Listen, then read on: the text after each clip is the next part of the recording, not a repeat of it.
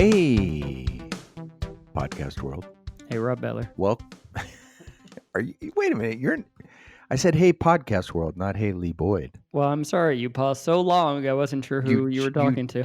You jumped in that. Are you in the podcast world? Is that what you're trying to say? I'm here. I'm here now. Can't you hear me? Mm-hmm.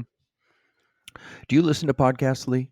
I do, only because you got really mad at me whenever we started doing podcasts that I didn't. And you said, how can you be on a podcast and you not listen to them? So now I listen to them. Yeah. I like kind them. of like, yeah, you have to do it, not just believe in it. Yeah. And I figured out that everyone's better at it than me. Well, I believe in podcasts, and maybe next time we'll do a podcast about some podcast recommendations. I think for our that's audience. nice. What do you think about that? I think that'd be great. You know, I've actually gotten into audible.com books on tape. Yeah. You know, Okay, I'm that's fun. not the best reader. I'm not the best reader, but I've started to listen to books as I'm traveling, and it's a lot like a podcast, but I really get through them a lot better. That's cool. I've never done a book on tape.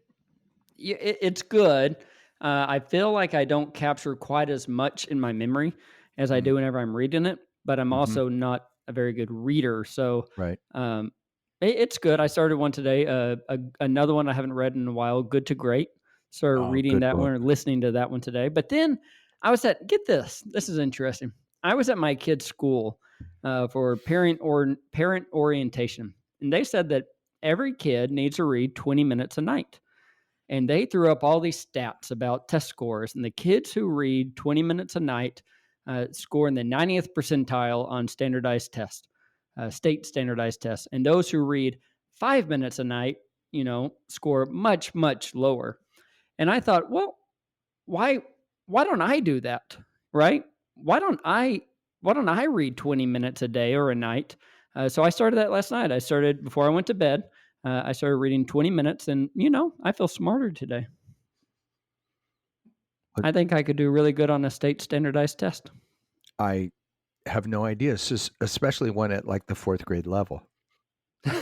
Well, I didn't do good then, but I might be okay now. Was that the story you wanted to share?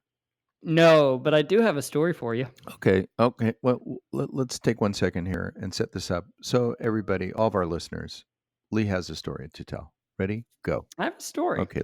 So Rob, whenever I was a kid, my dad was a insurance agent. I think I've said that once or twice or 15 on this podcast. But I remember in the evenings, we had a phone in the kitchen, and the phone had a big long cord on it, and it would ring at 6, 7, 8 o'clock at night. And my mom would always say, "Everyone, we need to be quiet.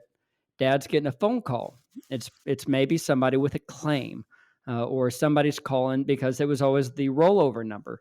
And it really made me think, we have some guests on today who are insurance professionals. They've been in this world, and it makes me think about all the service that our insurance agents have to go through. They have to be available in the evenings, during Christmas days. They have to always be there for their insurance companies, for their insureds. In today's podcast, we are going to get to talk to some guys who are trying to find a way, and I think doing a great job at it, to really streamline the insurance agency market and customer service and service.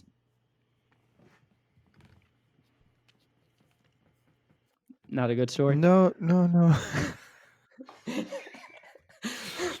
So is what you're saying here is that your hope is that this product keeps people's phones from ringing at 8 o'clock at night? It will. I think this product has a chance to really revolutionize the way that independent insurance companies run their business. I think it's going to allow them to focus more on selling, to growing their book of business, and really help the insureds get a better service when it comes time to file a claim, update their policy information, or even find their auto insurance card. Well, the interesting thing for me about GloveBox is when we first heard about it, I thought, wow, this is almost too simple. But as we've gotten deeper into it, and I think what our listeners will hear today, it's actually a very full, rich, robust opportunity, not just on the uh, independent agent side, but on the carrier side, and an opportunity for the insured to simplify their insurance interactions. And so I'm pretty excited about it. I think it's great. Why don't we take a listen? I think it's going to be a very interesting one. This is a great podcast from people who know insurance and are now making their way into the technology side. Yes, absolutely. So without further ado, let's go to our interview with the co-founders of GloveBox. Hey, everybody. Welcome to our show today with our two guests, because this is a very interesting company. And today we have Mr. Sean Mulhern and Ryan Mathisen coming to us from where, guys? Denver, Colorado. Okay. Denver, Okay. Colorado. Okay. And There who you was go. that? Home of the Broncos. Here we go. This is Ryan Mathisen. Good. And Ryan, who are you at GloveBox? Yep, I'm the CEO and co-founder with Sean Mulhern, and then we have two other co-founders as well. So the four of us together. Cool. And Sean, what's your job? I'm the CIO, Chief Innovation Officer, kind of plugging in and gluing little spots together as we grow. Cool title. Great. You guys are the first company that we've had that really kind of caters to or comes from or really is inclusive of the agency side of the business. And why don't we start by you guys giving us a minute or two on what GloveBox is and what you guys do. Yeah, so you're exactly right. We are a product of the independent channel. We came into the independent space about 9 years ago. One of my other co-founders, actually my brother Andy, and I, our dad started an independent agency, gosh, like 26 years ago. I don't even know if it was the independent channel at that point. This is like before the wheel came out. And we came on, like I said, about 9 years ago. Little agency at the time, $5 million in premium, all personal lines, home and auto. And we were able to grow that kind of as a collaborative team to about 100 million in premium in about 9 years. So, we really are the epitome of what the independent channel is. We are at the epicenter of working with the clients, working with the carriers, seeing the frustrations and the nuances of the business, the good and the bad. There's a lot of great things about the independent channel and a lot to be excited about. But there's also a lot of work to be done. And so we're kind of trailblazers coming directly out of that, that scenario. So From 5 million to 100 million, how in the world did you guys do that in such a short time? You were working hard. Sean, why don't you give him the secret sauce, man? How did it go down? Yeah, I mean, it was just me, 100 months in a row writing $1 million a month. It was a lot of work, a lot of sleepless nights. No, it's funny. The grand champion. We got in. I was actually making a move down. I used to live in Vail, Colorado, kind of while I was still a little bouncy, and heard Ryan was getting into the space. And Ryan and I have known each other for years, and it was really interesting to me. I didn't know anything about the independent channel, and when I heard there was multiple carriers to offer, it was really unique to me. So I jumped in, and I had no other insurance experience, so I didn't know any better. And working with Ryan, he had actually put together a really solid program for marketing and really developing a referral network and getting leads coming in the door so that when that faucet's on, selling insurance becomes a lot easier. And so we got really niche with exactly how we marketed, who we marketed to. We saw a couple kinks in the hose and where we could insert ourselves in some other industries and make ourselves really invaluable to some other spots out there.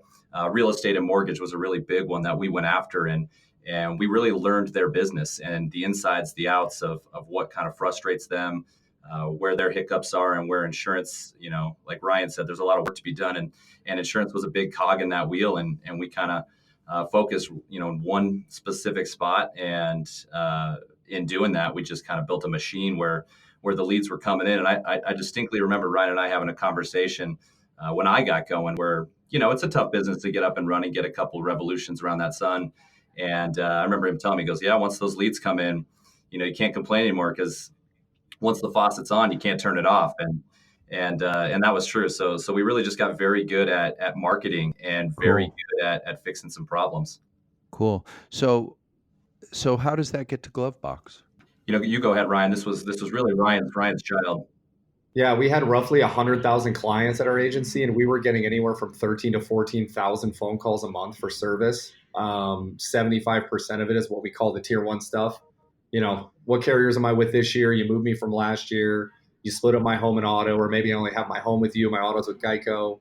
What are my deductibles? How do I pay a bill? How do I make a claim? Just all the really basic things of home and auto insurance that is easily solvable with a piece of technology. So we kind of went down a journey of looking into the carrier apps, and most carriers have an app. So kind of seeing, well, what does this look like? How do we get consumers on the carrier apps, and what work does that look like for us as an agent? Like, how does that affect my day-to-day sales process, and is it worth it?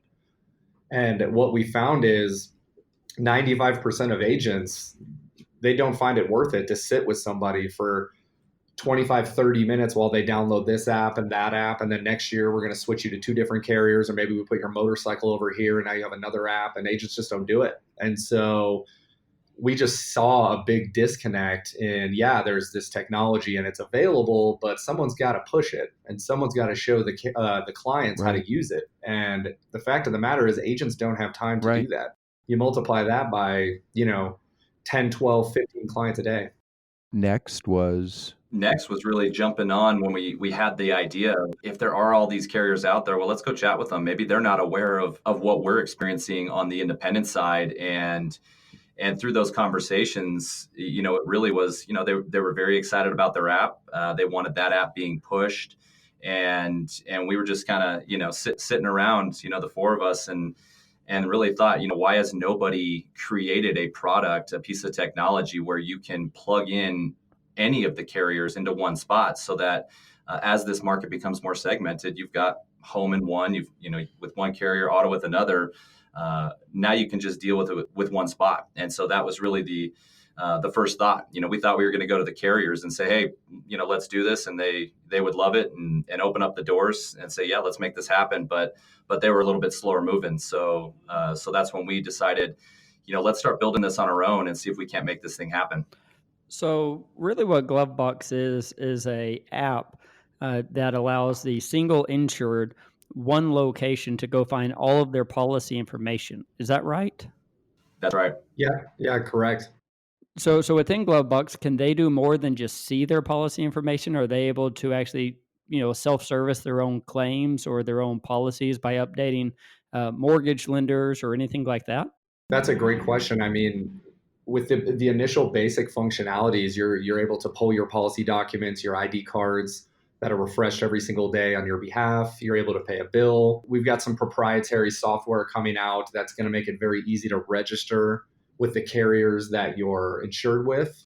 We see 95% of carriers with their portals, their very first question when you register is, what's your policy number? Right. And I don't know about you guys, but I don't carry my policy numbers around with me. And so that's a huge bounce rate. 95%, that's their very first question is, what's your policy number? And so we're coming out with a proprietary software that's going to allow the client to register with whatever carrier they're with without needing a policy number, with something called what we call the GloveBox key. Little things like that are the very basic functionalities that you're going to see here in the next 6 to 12 months. And we're really looking to earn the trust of our users before we roll out some more advanced features that we're working on kind of on the back end. So I was on y'all's website earlier today, and that the website I was on is gloveboxapp.com. And on there, it was talking about some of the coming soon features. First off, the ones that you have now are very interesting. I was thinking about being able to just have my ID card for my vehicle right on my app. How handy is that? Especially if I buy my policy through a independent agent. They may not have a very robust system where they have their own app. So it would be great to have that. I started reading about the coming soon features, and I was interested in the weather detect alerts to prepare for weather. What does that look like? Yeah, that's actually one of the very first ones that we came to, thinking, how can we make this app useful beyond just the, hey, I'm at the DMV, I got pulled over, where's my policy information? And that's a really immediate one. Us being in Denver, we get hail quite a bit. And, Yeah. it seems like this time of year and during the summer, 3 o'clock to 5 o'clock, everyone's running around an office saying, hey, the hail's coming. What are you going to do with your car? And they're throwing blankets on it. And who knows what's happening. So, we just thought there's a really easy way to make people's lives easier is if we can integrate, a weather connection in there and then ping the user with a notification on the app that says, hey, it looks like hail might be coming in your area in the next 10 minutes, 20 minutes, whatever that might be. Give people that lead time and the opportunity to adjust where they're going to put their car. And we thought right away, who's not going to want to have that on their from a consumer standpoint for their own car, but the value to the agency and to the carrier, ultimately to the carrier, hopefully they're not going to be paying out nearly as many hail claims because people had some time to actually move their vehicles. So that's just hail's one example, but there's certainly a lot of other weather related claims that could come up. I like that. I like using the app to prevent claims. I think that's an interesting, because in my head, it was more of a weather alert saying, "Hey, you had weather. You might want to file a claim." But you're really thinking about it. How can we prevent claims, which is a very agent look at claims. So I think that's very interesting. You guys talk about bridge tech, which is an interesting term. Can you tell us what you mean by that and what you're thinking there? Yeah, exactly. There's a consistent theme that we've really been noticing when we chat with other InsureTech companies, and not to lump everyone in the same buckets, but there's kind of two sides of it. There's the unique and really valuable ancillary products that are coming out that are really helpful for the consumer. Or there's something on the back end, AI claims related that doesn't always, but a lot of times is geared for the carrier. And what we've been chatting with those companies a lot about, and their problem is if they're on the front end, they're going, what's my distribution channel? How do I get this out to the consumer? I've got a really great product, but how do I get it out there? Because, insurance is boring. Not a lot of people love insurance. And so getting a new, exciting insurance app out there can be tough. And then the same thing on the back end, you find very useful products in the claims automation space or AI, and they're looking to get connected to the carriers, very similar to what we were doing. And there's a struggle there because, carriers are fantastic to work with, but they have a lot on their plate. They're carriers first, and the tech is something they're working on. And so we came in looking at GloveBox as a really big opportunity to bridge the gap between all of those. Since we're building these APIs and these connections directly to the carrier, and our distribution strategy is to really get to that end user through the agencies by helping the agencies. If we've got users and we've got agencies on board and we've got connections to the carriers, there's a lot of opportunity for us to, again, bridge the gap between the communication from the carrier to the agency to the end user. Mm-hmm. The idea of a new exciting insurance app is pretty funny. It's almost an oxymoron, exciting and insurance. And one of the things that I think that most carriers struggle with is, particularly the large ones, they have apps, but how useful are they? How much value do they add to the person who has downloaded it on their phone? What are you guys doing about that? How do you make something that's exciting, like what you said, like an alert that a hailstorm is coming? That's useful. What else do you have there? Yeah, that's an excellent point. It's obviously something that we talk about probably hourly, Sean. All the time. Yeah, it's funny with insurance, and especially personal lines within the independent channel. Consumers have a very low expectation of available technology to support their needs. It's kind of funny. We had a user of ours text us the other day, and she was so excited because she went to the DMV, didn't have her auto ID cards, downloaded GloveBox, pulled it right up, presented it to the DMV rep, and it works like a charm. Sure. And she was like over the moon. And we were like, how is this possible that you're so excited over such a simple technology that helped that process. It's crazy. So to answer your question, our strategy to get users and to drive interaction on GloveBox is to go through the agencies themselves with the white label product that's coming out here in cross your fingers here in about a month. And what this is it's an agency branded, essentially mobile and web app that is GloveBox, but it's branded to the agency, that specific agency. So say the John Smith agency. And what they're going to be doing is uploading their client list into GloveBox agency from day one. So their clients are going to be getting a text message and an email.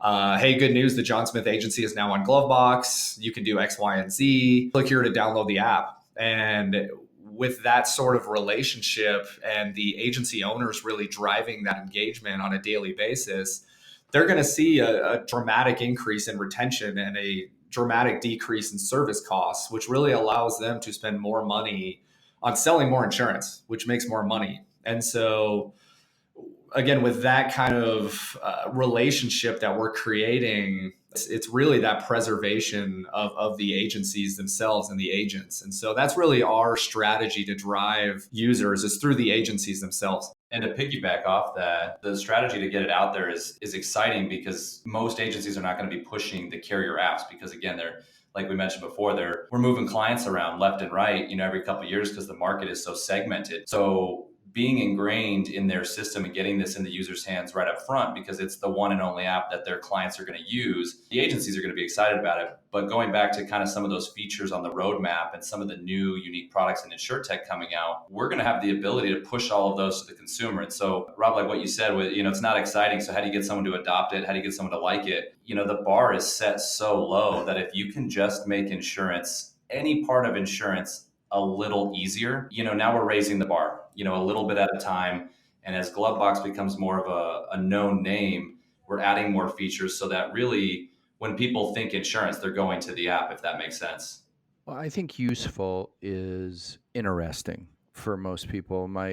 We had a guest on who told a story about the company Miracle Mile. That's an auto insurer, and so they had the Miracle Mile app on their phone, and the Miracle Mile app can see where their car is parked and will send them a warning notification that, hey, you're parked here and tomorrow morning there's street sweeping, and if you don't move your car, you're going to get a ticket tomorrow morning. Genius. Which is it's an amazing idea. Yeah. But as you guys know as technologists, certainly not impossible at all to provide that kind of information to somebody who has the app. And so their feeling about that was, this is an incredibly useful app that I want to have on my phone because it's going to warn me about stuff. And I think that that's maybe one of the things that some of the other apps that were earlier to market in the insurance space missed. They missed, why should I have this on my phone? And why is this important to me? But I think that it sounds like you guys are addressing that right from the beginning. And I think a big mentality that we're trying to change is with the carriers themselves is not so much a me mentality, but a we mentality. Think about that for a minute. If we can stop thinking about segmented insurance companies competing against one another at every single level and start creating an aggregated experience for the consumer where they can actually be happy with the carriers they have and know that they're going to get the support that they need, that's a huge leap forward, and it's a big initiative for these carriers to adopt that kind of mentality. But it's happening, and it's exciting for sure. So with this app, will the insurance agency be able to use it for marketing for maybe new products out there or updated products to maybe upsell? Absolutely. So, I mean, they're going to be able to cross-sell policies, which is great. Hey, you didn't get a life insurance policy, Mr. Johnson. We're going to clue you in when you go on to GloveBox. Hey, by the way, we sell life insurance as well. Click here to get a quote. We've got something cool coming out that we're beta testing with a couple of our carriers. And it's the simple endorsement ad technology. So what happens when an agent is selling a policy and they're competing against other agents and other carriers, or they're competing with an internet company, is they're cutting coverages in order to win on price. And that happens all the time in the insurance space. So they're either not offering coverages to the consumers, or the consumers are declining coverage because they're trying to cut their costs. And what we're going to have is an AI reading technology to where when a user pulls down their policies into GloveBox, it's going to show them, hey, here's what you're covered for in layman's terms. But more importantly, here's what you're not covered for. Here's what you missed. Did you know you don't have water sewer backup coverage? Did you know you don't have towing? Hey, you have a 2013 vehicle. Did you know you have liability only? And the user is going to be able to add these endorsements with the click of their phone right on GloveBox, which is huge. It's going to give them an extra opportunity to really think about the coverages that, again, maybe they weren't offered by their agent or they declined at the time of purchase, but now maybe they do want it. Oh, you know what? Towing's only $70. I do want to add towing. Click here. We'll add it. And so with that type of feature, that's going to drive more revenue to the agency owners. That's going to drive more revenue to the carriers. And probably most importantly, the client's going to be satisfied, and it's going to reduce E&O risk for the agencies. So we're excited about that product. Yeah, I think that's great. I actually today at the gym, I overheard a conversation between two people who I go to the gym with. One of them is an insurance agent, and the other person buys their policies through them. And the insured said, "Hey, I just got my new policy in the mail. I went ahead and paid my premium, but I have no idea what I'm getting, right? I don't know if you took coverage away, if you gave me more coverage. It's just so much legal jargon I don't understand." And I heard him say, "Well, I can send you a Cliff Notes version via email." But that's basically what you're doing here. You're saying download the app, and once we implement this AI technology, we'll be able to give you the Cliff Notes version of your policy, show you what you have and what you need. I love that. I think that's wonderful. Yeah, it's great for the consumer, but one thing that gets missed, and this is just me thinking from the agent side, because I had that question all the time, is you put that Cliffs Notes together, but it took you how much time? Yeah, to type it out. Right. So those hours that are wasted, and just, from a dollars and cents side of things, you have the client, you want to be focused on getting more clients. You want to service your clients, but you don't want to have to spend a ton of time doing it. And so if you have a large enough book where you have, 100 people a month that are asking you for that, that's a lot of time that you're wasting that you could repurpose to revenue generating activities, or on the higher level conversations with clients with really big, important issues that need to be addressed. And I'm beginning to understand what GloveBox is. I'm a little slow in these things, but what it is, it's an effective communication tool between the insured and the agency or the carrier, a place for both to talk back and forth in a really time efficient and time effective way. It's like a phone call versus a text message. Yeah. You could take 10 minutes on a phone call, but you could probably do it in 2 sentences on a text message. Exactly. Yeah. And why should we keep fighting this battle as agents, competing with the internet companies? And we keep hearing the scuttlebutt around the industry that agents are going away, that they're not needed anymore. And why are we doing, these tier 1 service tasks with manual work when the internet companies are taking care of it with an app? The agents are best served, like Sean mentioned earlier, with those high level activities. Let me tell you what an umbrella covers. Let me help you, guide you through the complexities of what this claim might be, and make sure that you're happy. I don't need to sit here and send you ID cards when you're at the DMV. That is low level work that should be served with the technology. And that's what we're trying to free up. And Ryan makes a really good point there. We're talking more from the agent side. We're all consumers. We all have insurance. There are certain types of ways you want to interface with your insurance that you don't want to go talk to the agent. That's just the way it is.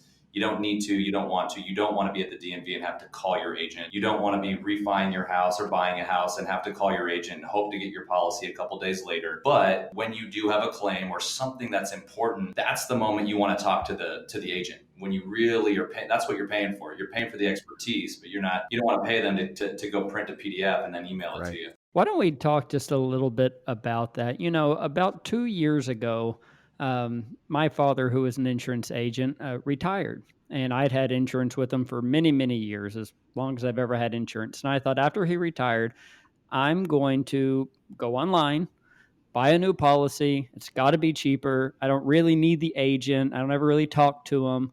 And I thought I was going to do that. And I didn't. It took some time and, it was a lot of effort. So I just didn't do it. But then recently, over the past 6 months or so, I had a claim. And that's whenever I realized how much I enjoyed my agent.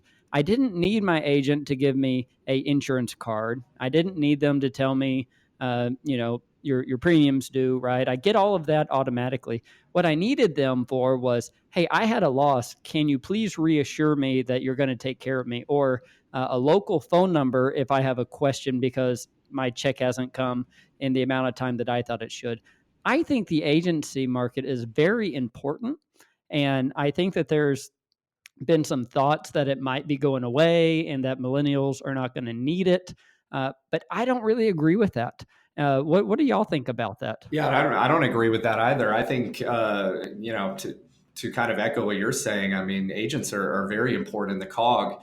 And what's interesting is with the independent channel, when you have an agent in the middle and you have so many carriers that are being offered and the consumer's confused, just the simplicity of that consumer being able to access their agent's phone number and email without having to dig through 1,000 emails or trying to remember who they bought insurance from would be a huge stress relief. If I have a claim, I've got water damage in my house and I'm a bit flustered. I'm flustered. I don't want to have to go fish around for my agent's contact info. I want to have it at the push of a button. And that's what is not available right now. And these consumers, you'd be shocked. Some of them think the agency is the carrier.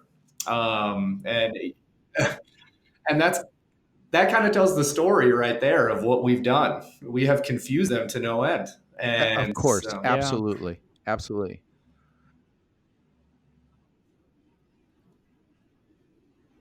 there you go. Yeah. If you ask my wife who is our insurance company, she'll say the John Mayer Agency. That's exactly, and without even a second thought. So that's absolutely true. Yeah. I think it'd be interesting. We did a episode with I think it was with Notion, who's also in Colorado. You guys are like the InsureTech Center. You're the InsureTech Center of the United States, I Oh, yeah. believe, and which is a whole nother Lots of subject we people in can talk about, Colorado. but we won't go down that road right now. But we were talking with Notion, that's an IoT device for your home, that it has a lot of insurance capability and interface built into it. And he was telling us how with Hippo, that they work with Hippo, and you receive the Notion product when you get a Hippo policy, and they give you a discount once it's installed. They don't give you the discount until you install the product. Are you guys doing anything like that to incentivize? I mean, I would think that one of the biggest leaps that you guys have is getting that insured to install the app. Is that right?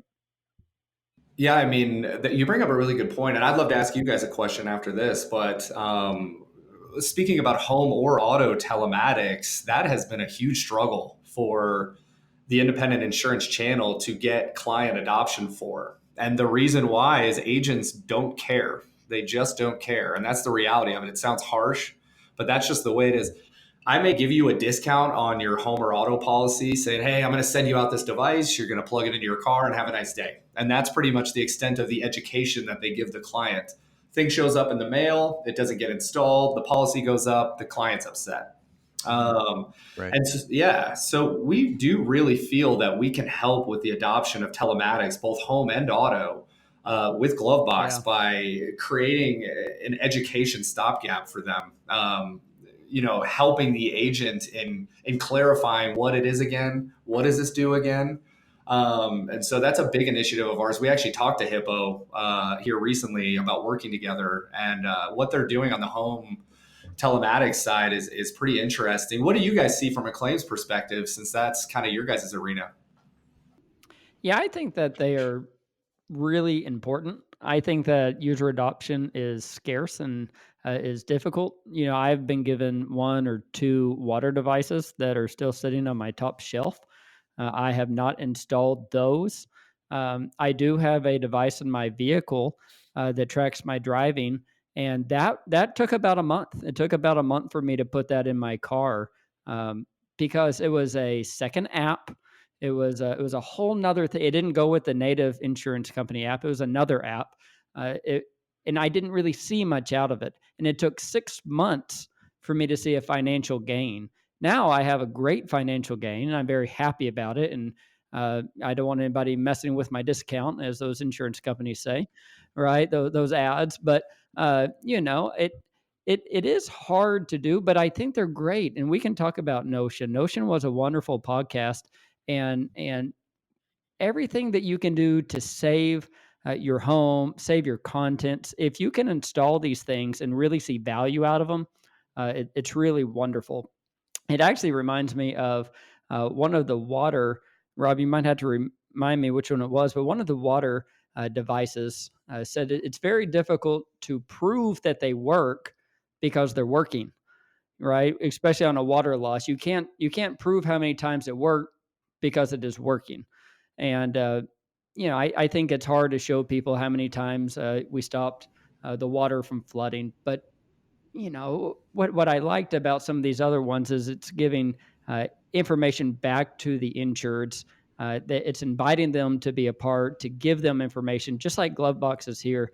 Download this. We'll let you know in the future maybe about weather detect, and we'll let you know about an increase in policy. As long as you can give back, people will download it and people will use it.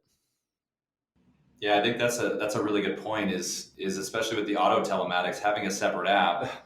It's crazy. It's never going to work. Right. Yeah, I mean, it's just too hard. It's too much. Sense. But if it's running on the back end of what you're already doing, and then you sit down and after dinner the kids go to sleep, you check your notifications on your phone like we all do, and you go, well, what's this notification in my glove box? Because we're not Facebook, we're not Snapchat, we're not, it's not constantly full of notifications. It's only pertinent ones to you. If you jump in and go, hey, we remember when we said we were going to monitor your driving for you in the background? Now we've showed you that we can actually use the information of how you're driving and offer you that discount right then and there with very little effort on the consumer's part. Yeah. And you hit the nail on the head with the multiple apps. I mean, that's something that we have been preaching to the carriers of, and we haven't gotten into this yet, but the disparity in portal adoption and app adoption in the independent space, it's not high on the main app.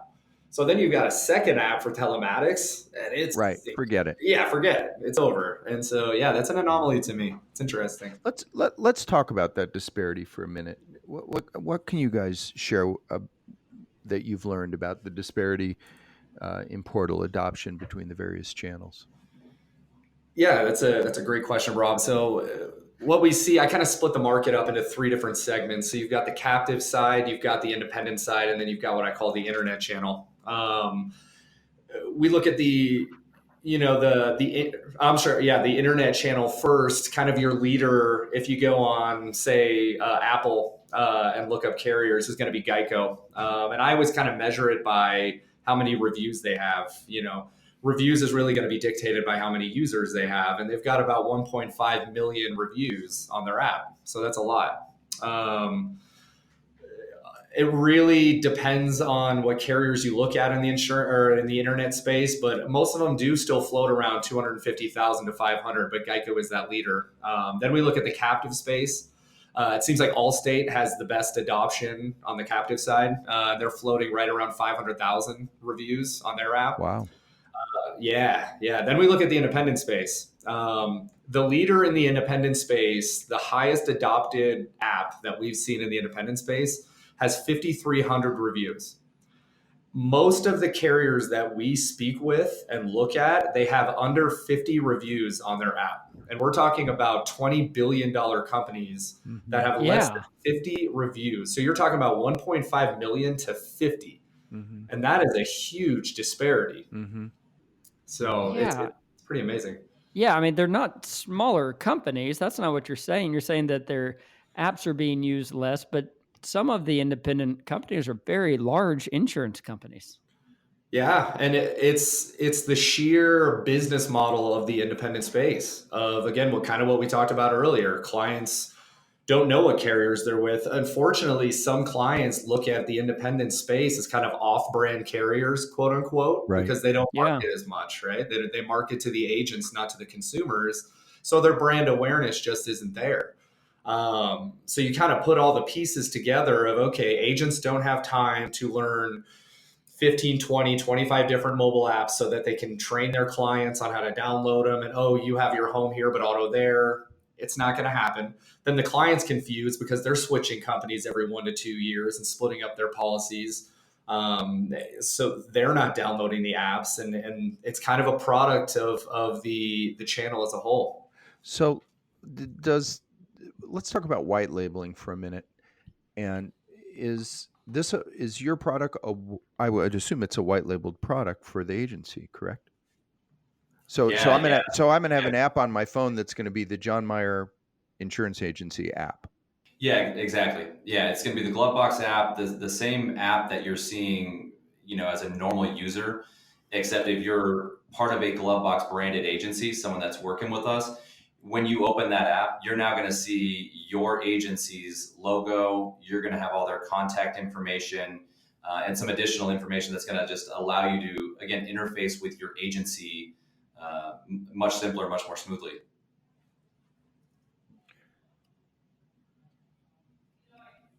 I'm hatching a question. Did we just blow your mind, Rob? You did that one. Actually, the hard drive just ran out of space. So give me a minute. I wanted to follow up on that. Yeah, well, I mean, what's exciting to us about it, just coming from the agent side, is that since we dealt with it so much, and we got the calls on Christmas for the, hey, this is happening, that's happening. Like Ryan said, you're digging for how to get that claim going. We're excited just from the standpoint of looking at how it impacted our own business and the decrease in calls. Just from an agency standpoint, the service is going to go, I mean, just dramatically down. The retention, you got to think is going to go up a good amount depending on the agency, because one, you're just limiting the interaction chance, where they're at, what they're doing. So it's just huge for the agency, to be able to have a product. And then again, the fact that this is an independent agency, a lot of these agencies are big, but some are small, but none of them are the carrier. So, you're not going to find a lot of independent agencies going out and building their own app to service this. So they're currently just kind of left going, well, what do I do? This is just the model that I'm in. Right. And all of them have an expensive policy service. If you're an insured, how else do I get my question answered but to call your shop and to say, how do I do this? And if the time is taken to educate them about the app, then they could potentially, I mean, certainly if you look at it on a macro level, there's going to be savings for the agency. And just to think about the possibility of a world where your clients can not only see your brand, but are directly connected to the carriers that they wrote you with, and they can pay a bill without having to include you in the process. I mean, that is a gigantic step forward in our business. Sure. And I'm just thinking about, a claim. They go onto your app. Do you have a claim? Click here, and they press it, and then you guys have been the conduit through to that, but you don't have all the work or all the handling that might be involved. I have one last question for you guys, and that's your revenue model. Can you talk for a minute about how that's going to work, or how that does work for GloveBox? Yeah, definitely. So our initial revenue model is the subscription model, the white label product. So the app is free to any user. We have made a pledge to our carrier partners. We will never charge a policyholder for the app, nor the features inside it. So it will always remain 100% free app to the policyholders. That's very important for us. Our revenue comes initially from the subscription model for the agencies, which is still super reasonable. We're not charging a lot of money because we really want to get a large adoption in the industry, and we don't want to disclude smaller agencies from being able to use this product and use it effectively. So that's kind of our initial revenue strategy. But another revenue strategy that we're bringing into the fold, and something very interesting that we learned about a couple weeks ago, there was a conference, a claims conference actually about 3 or 4 months ago that was put on by JD Power. All the carriers were there. And what they did was they surveyed clients, and this will hit home for you guys, all the way through a claims process. And they wanted to find out what was the customer satisfaction prior to and then after a claims experience with each carrier. And what they found was clients weren't usually dissatisfied with the claims process or the claims handling by the carrier. Usually, as a whole, it was a pretty smooth process. They were able to get their claims covered, of course, if the coverage is there. The biggest gripe from the consumers were, okay, now I have a check for 10 grand for my roof that just got damaged by hail. Where do I get a roofer? And now I'm left on my own to go find a roofer. So we're actually in the process of creating our white glove claim concierge service in GloveBox, where we're going to be able to offer locally qualified professionals to help with the roofing, with the body work, with the auto glass, to really to bridge that gap, bridge tech, right, for the consumer to be able to take care of that claim, which was their biggest gripe, that came straight out of this conference. So that's a great idea. Wow, that's very interesting. Yeah. Yeah, I love that. We just want to make it simple for the consumers, and that's our goal. That's who we have in mind every single day. Well, so we're here at the end of our time. I did have one question I wanted. We started the podcast today with talking about your experience in the insurance world and growing an agency from 5 million to 100 million. Is that something y'all are still involved with? Are y'all still on the agency side, or what happened with the agency side? Yeah, it's a great question. So we had we were fortunate enough to be able to sell our agency here about 3 weeks ago. Yeah. Wow. Congratulations. Thank you so much. It's exciting as in two sides of the fence. One, we were able to create this large company that someone wanted to buy. So that in itself is humbling. Right. And then on the other side, we're able to use that money to fund GloveBox, and we're 100% self-funded. We've accepted no funding from any outside sources. We've paid for everything ourselves, which if anybody's done any dev custom, it is expensive. We see that go out every month, but it's enabled us to be able to really bootstrap GloveBox and build it the way we want to build it. And we think that's important because we're very passionate about what we're trying to accomplish. And we only want to work with people that share that vision. So, well, you guys bring something that not everybody in the InsureTech space brings, and that's depth of knowledge and background of the insurance industry, which is not necessarily a bad thing. Sometimes it's good to know that, or not be aware of where the limits are. But you guys, obviously, you understand the marketplace really, really well, and that experience has to have a massive influence on the product that you're turning out now.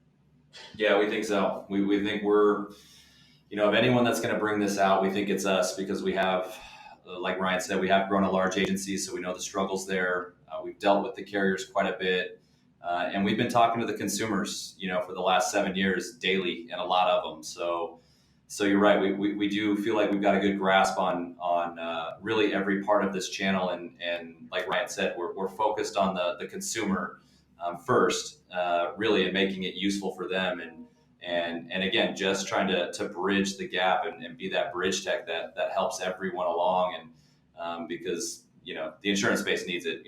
As a whole, it's just a little bit too antiquated right now. Well, it's been a pleasure to talk to you guys today and to hear all about what you're doing, and a big congratulations on selling your agency. That's a really big deal, and congratulations. And we'll look forward to more from GloveBox, and maybe get you guys on another podcast in the future when we can talk about how you've conquered this space even further. Yeah, no, we appreciate it. Thank you guys so much for having us on. It was a pleasure. Thank you guys.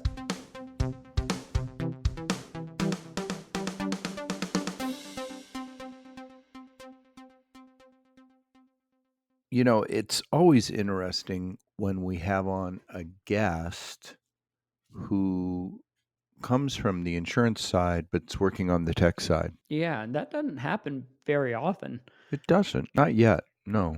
Rob, we had on, I want to think it was Allie who was talking about entrepreneurs who really were at an older age because they have experienced their jobs and they know what they need. Now, I don't know how old Ryan and Sean are here, but they have for sure had about 7 years or more experience in selling insurance. So they know what they need to do. They know what the agency needs, and it looks like they are really putting it into GloveBox. And I think that's neat. I think that's a great opportunity for them to show off their knowledge and then to really spread it to these other insurance companies and agencies and share it. I think it's interesting when we see these technologies that at least have the potential of kind of being the middle or the hub of a number of things or a number of ideas going on. We saw that with Notion, Brett Jurgensen, Notion. Right. He talked about how Notion can be a hub for the home. Yeah. And I see that some with GloveBox, where providing a streamlined communication opportunity is something that's really needed. Yeah, it is. And I think that the independent agency is really going to see a lot of service that they have to deal with. That's always a drain, not in a bad way, but that is very expensive. It's costly to service the insureds. And a lot of times they're just the middleman. They have to give phone numbers and email addresses and websites. They can't really control it. So what they're saying is let's remove that middleman and let's let it be automated when it can be automated, but still have the human touch when needed. Yeah. My mom several years ago had a insurance claim that I kind of ran and took care of for her. And I had to call the agent's office 4 times. I think I spoke to 2 or 3 different people who were doing just customer service for the agent.